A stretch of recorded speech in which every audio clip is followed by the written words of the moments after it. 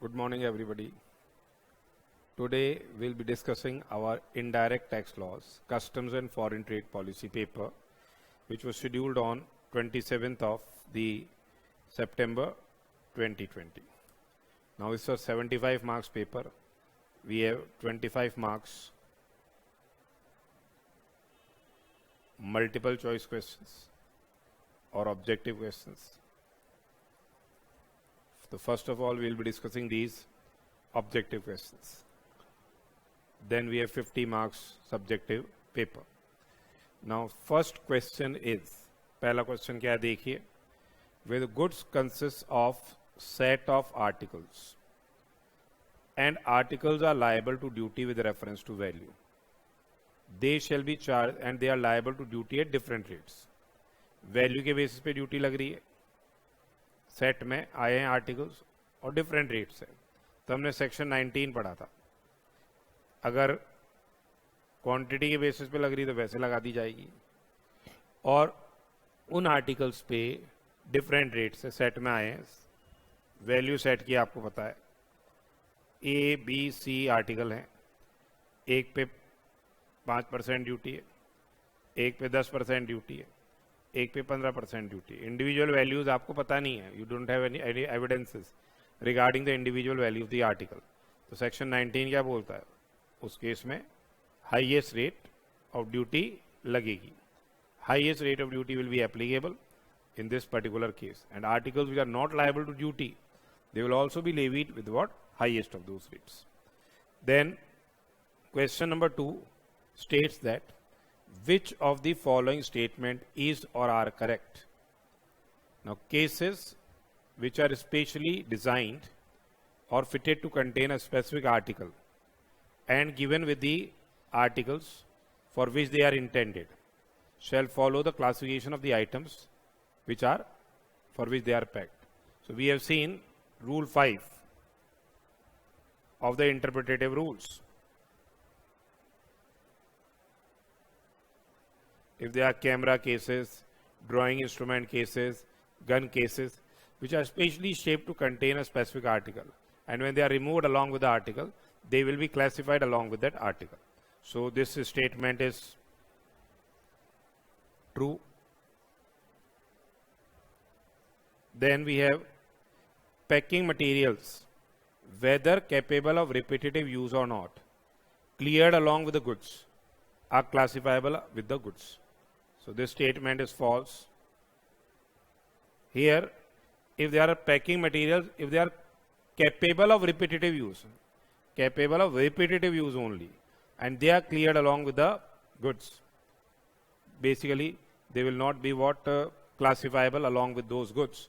So if they are capable of repetitive use, they will be separately classified. So this particular question here, the answer number, only first statement is correct. The answer will be A in this case.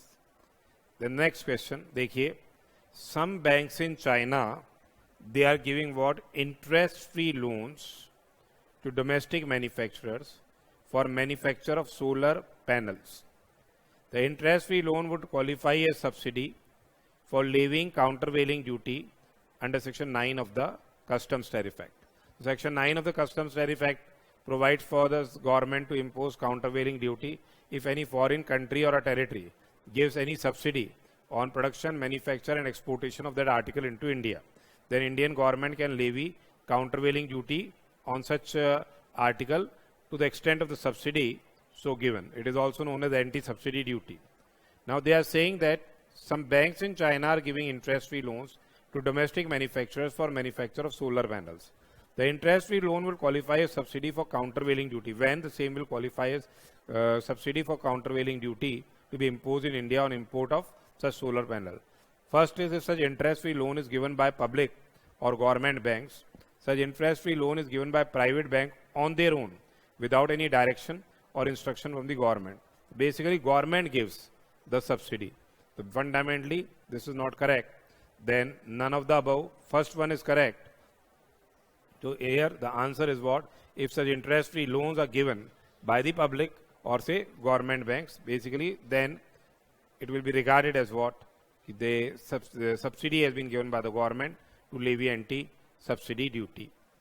The next question is, which of the following costs and services, to the extent they are incurred by the buyer but have not been included in the price actually paid or payable for the imported goods, shall not be included in the price actually paid or payable for the imported goods? Number 1 is buying commission. Number 2 is cost of containers, which are being treated as being one for the customs purpose with goods in question, cost of packing, and local agents commission. So here we have referred Rule 10(1)(a) of the valuation rules, which provides that commissions and brokerages,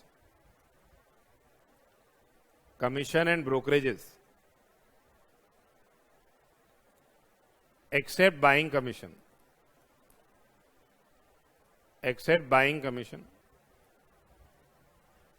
the same will be included. So here the buying commission will not be included. So answer will be what? A in this case. Then next question is question number 5th. Countervailing duty under section 9 of the Customs Tariff Act shall not be levied unless it is determined. We have seen section 9, and in which provision has been made that countervailing duty will not be imposed unless it is determined that subsidy which has been given, it relates to export performance, or subsidy has been given for what? Use of domestic goods over the imported goods in export articles. So if they are subsidizing their raw material. So in these two cases, first case and second case, subsidy relates to export performance, and subsidy relates to use of domestic goods over imported goods in the export article. Or subsidy has been conferred on persons engaged in manufacture of export article. So this is not there. First and second will be our case. So the answer will be D, that is first and second. Next is about section 8B, that is safeguard duty. Safeguard duty cannot be imposed if, say, the article is originating from a developing country and the share from such country regarding the total imports of that article into India during the investigation period, if the share of import of such article, it does not exceed 3% of the total imports of that article into India, or in case the article is originating from more than one developing country with each having less than 3% share, but in aggregate it does not exceed 9%, then Indian government will not levy this safeguard duty against those countries. So first part is what? The article which is proposed to be imposed originates from a developed country, provided its share of import is not more than 3% of the total import. So this statement is false. It can be imposed if it is originating from a developed country. Safeguard duty can be imposed. The article on which is proposed to be imposed originates from a developing country, provided share of imports is not more than 5%. This is also wrong. It is 3% of the total imports of that article into India. The article on which is proposed to be imposed originates from more than one developing country, and its aggregate share of imports from developing countries, each with less than 3% share, taken together, does not exceed 9% of the total imports of that article into India. So this is correct. And the article is imported by a person of a special category state. As such, there is no such relaxation. So answer will be C in this regard. Now, question number 7th. Question number 7th क्या है देखिए. The FOB value of goods is US dollar. FOB value. It is US dollar 10,000. And cost of insurance is, as you are aware, here it has been provided $1,000. Cost of transportation, loading, unloading and handling charges associated with delivery of imported goods, the place of importation is not ascertainable. So it will be what? 20% of the FOB value. Now here it will be 2,000. So it will be US dollar 2,000 in this particular case. Now outline the stepwise procedure of import of goods into India. Now first of all, if it is a case of a vessel, then say import manifest is filed electronically prior to the arrival of the vessel. Then what happens is, there is the arrival of vessel. Then basically entry inwards is granted. After this import manifest has been checked, entry inwards has been granted. So this entry inwards will not be granted to the vessel until import manifest has been filed. Then what happens is, after entry inwards have been filed, goods are unloaded in custody of the Port Trust Authority. Goods are unloaded where? In the custody of the Port Trust Authority. Then importer files his bill of entry, which is assessed, which is subsequently assessed, and then duty is paid. Here, basically what they are provided here is, this is say first, second, third, fourth, fifth. Then they have said assessment is, then they are filing bill of entry. This is not there. Then second, then third, then first. This is also not there. Then it is third, that is grant of entry inwards. Second, it's not possible. Then they have said that there is the arrival of the vessel. This can be a case where import manifests were usually filed prior to the arrival. Here physical arrival may be the case.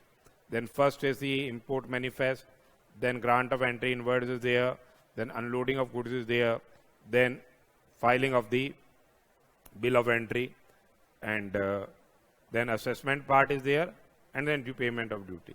So this is the most appropriate amongst the all, though the procedure is we first file prior to the arrival of the vessel, we file import manifest, then vessel has been given, say it is checked, and then entry inwards has been granted to the vessel. Then next question is, which of the following statement is or are correct? Special exemption under section 25 of Customs Act is granted by way of issuing a notification. Special order has been given. Exemptions are through, general exemptions are there through issue of the notifications.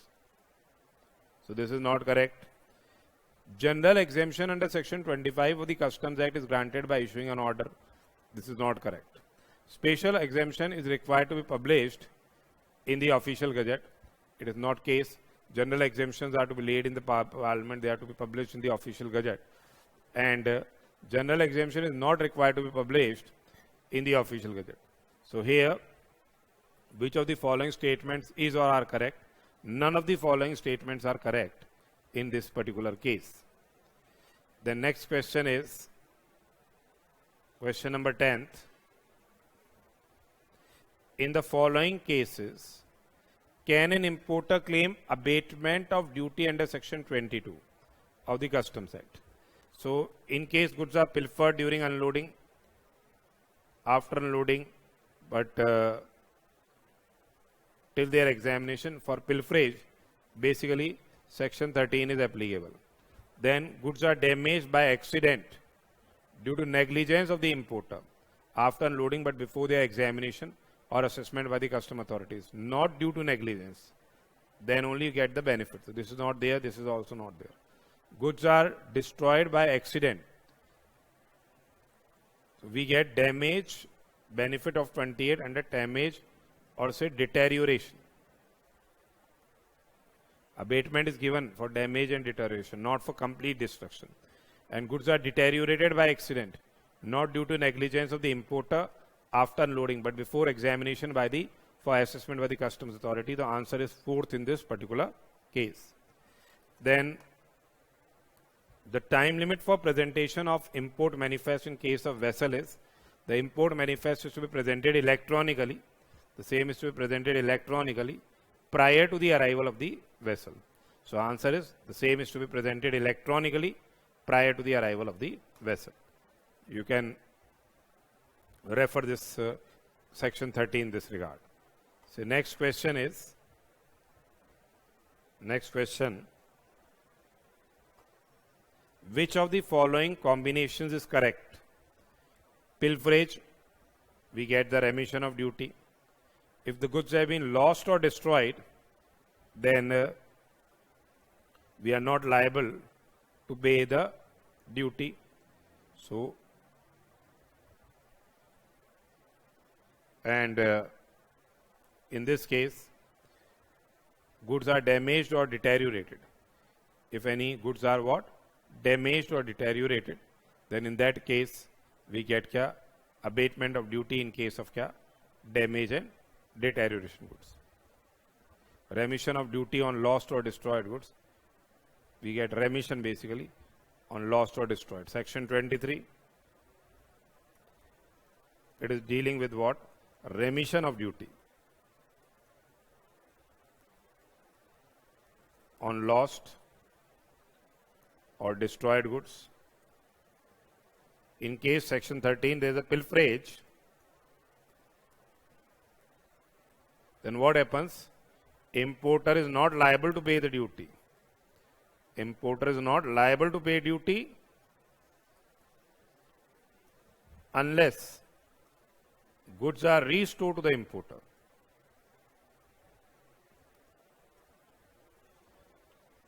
After pilferage.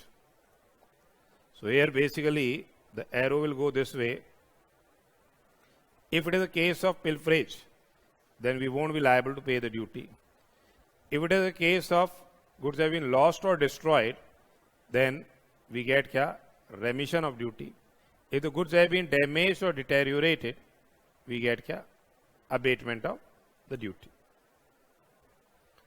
So it will be what? First will be linked with second, and second will be linked with third, and third will be linked with first. So answer is, in this case, C. C is the answer. Then which of the following statements is or are correct for identical goods? Identical goods have been defined in the valuation rule, in rule 2 of the valuation rules. So what they say is identical goods, although not alike in all respects, have like characteristics and like component materials which enable them to perform the same functions and to be commercially interchangeable, with the goods being valued having regard to the quality, reputation and existence of the trademark. So identical goods are basically alike. Similar goods, though, this is for similar goods. Similar goods are not alike. Identical goods must be alike, and they must have the same physical characteristics, same component materials.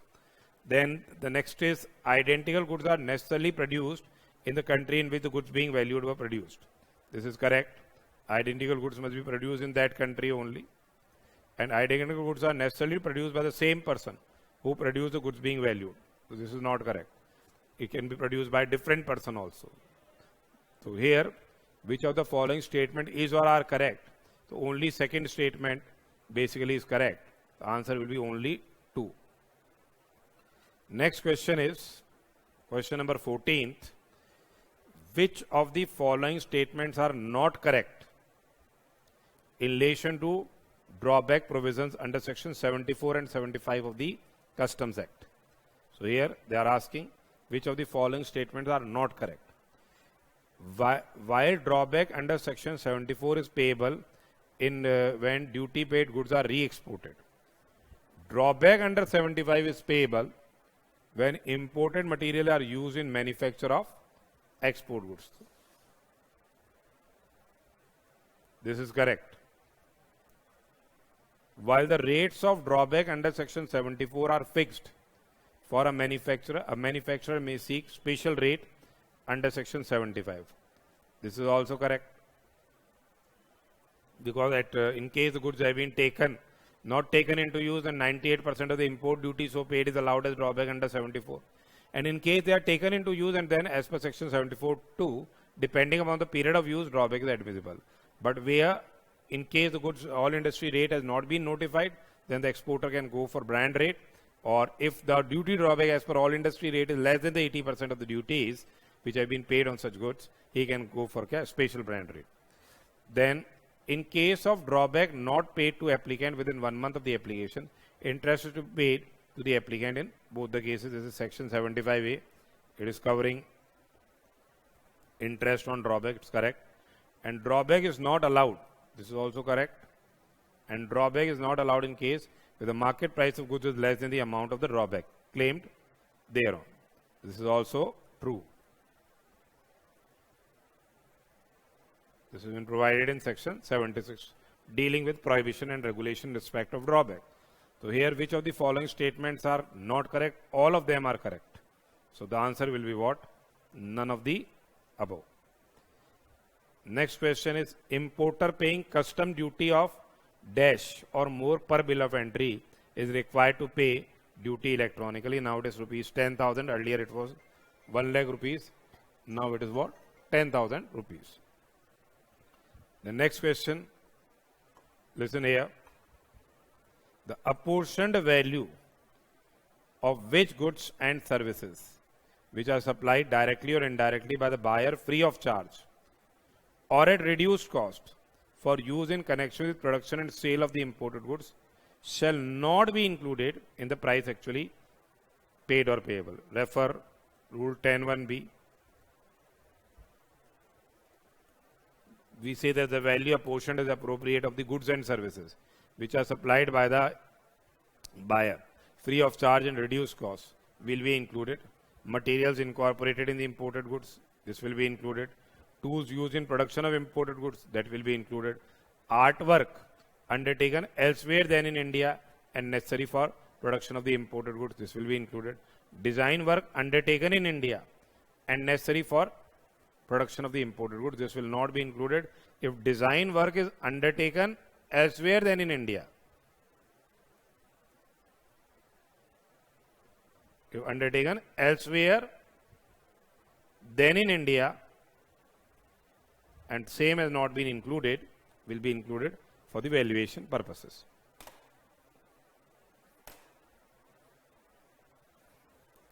Next question is here. Next question.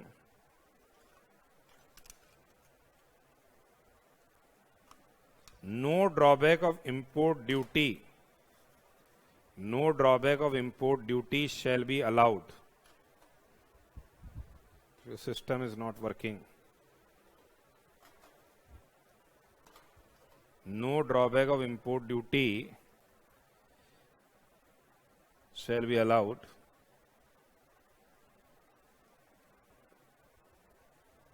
on export of goods, following goods, if they have been used in India after importation.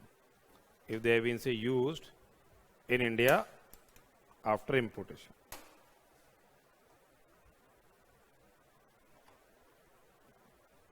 Now, if they have been used in India after importation, no drawback of import duty shall be allowed on export goods if they have been used. If the wearing apparels have been used, drawback will not be admissible.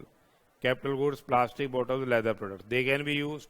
So answer will be A in this regard. Answer will be A.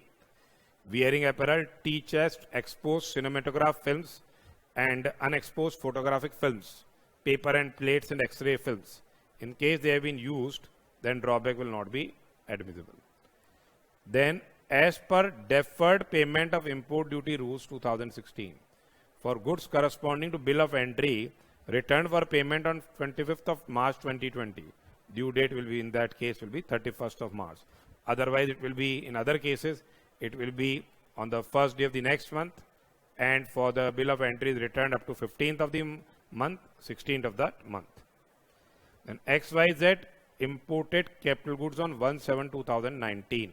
Next question. XYZ Limited imported capital goods on 1/7/2019, on which import duty of 10 lakhs is paid on importation. The goods are being exported after being put to use on 10/12/2019. The amount of import duty to be allowed as drawback will be what? Here, if the goods have been taken into use and then exported and the length of the period exceeds what? 3 months, but does not exceed 6 months, then 85% of the import duty so paid will be admissible as drawback. So the drawback admissible will be 10 lakhs into 85%. That is rupees 8 lakh and 50,000. That will be eligible as drawback.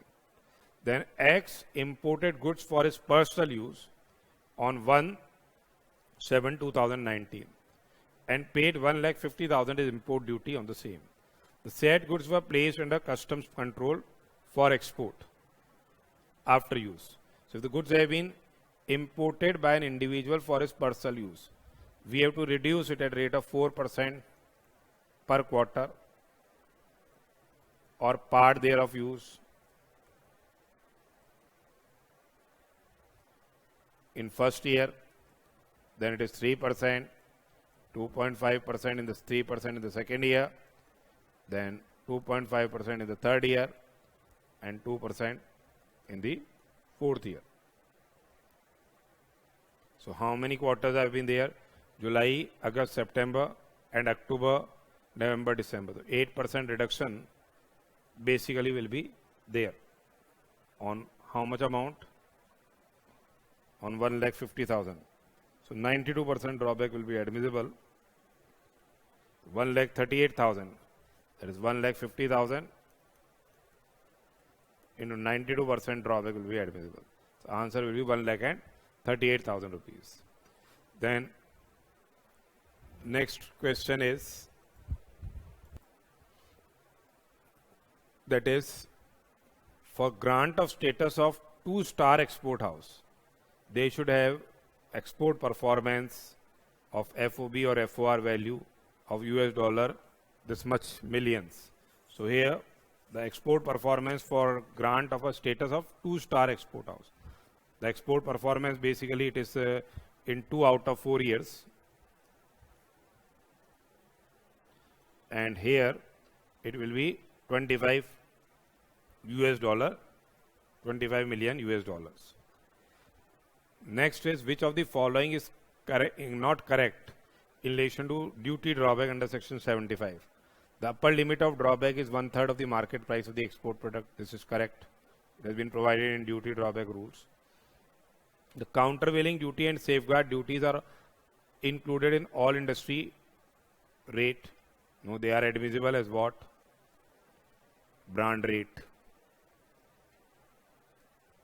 Countervailing duties and safeguard duties are not included while determining all industry rate. Thus, they can be claimed as an application of fixing brand rate. This is also true. And provisions of 75 are not applicable to goods exported by post. That is also false. So, which of the two statements are not correct? Second is not correct, and fourth is not correct. Answer will be second and fourth. Then for advance authorization for annual requirement, the entitlement on CIF value of imports will be what? It will be 300% of the FOB value of physical exports, or say FOR value of deemed exports, or rupees 1 crore in a financial year. They will be given an advance authorization against annual requirement. Whichever is say higher, it will be A or B, whichever is say higher. The next question is, determine the export obligation an exporter has purchased the following capital goods under EPCG scheme. Import of capital goods P, duty payable is 5 lakh rupees. We will be 6 times of the same. Then domestic purchase of capital goods S. IGST payable was 1 lakh, but notional custom duty is at a deemed import is 120. In case of indigenous imports, say procurement, export obligation is 4.5 times. So it will be 1 lakh and 20,000 into 4.5 times. That is 5 lakh and 40,000. So the answer will be 35 lakhs and 40,000 in this case. Then what is the prescribed percentage of minimum value addition required under advance authorization in cases other than T? So here 15% minimum value addition is required. So this was about the multiple choice or objective questions of our mock test paper relating to customs and the foreign trade policy, which we have discussed. And next discussion will be of the subjective paper.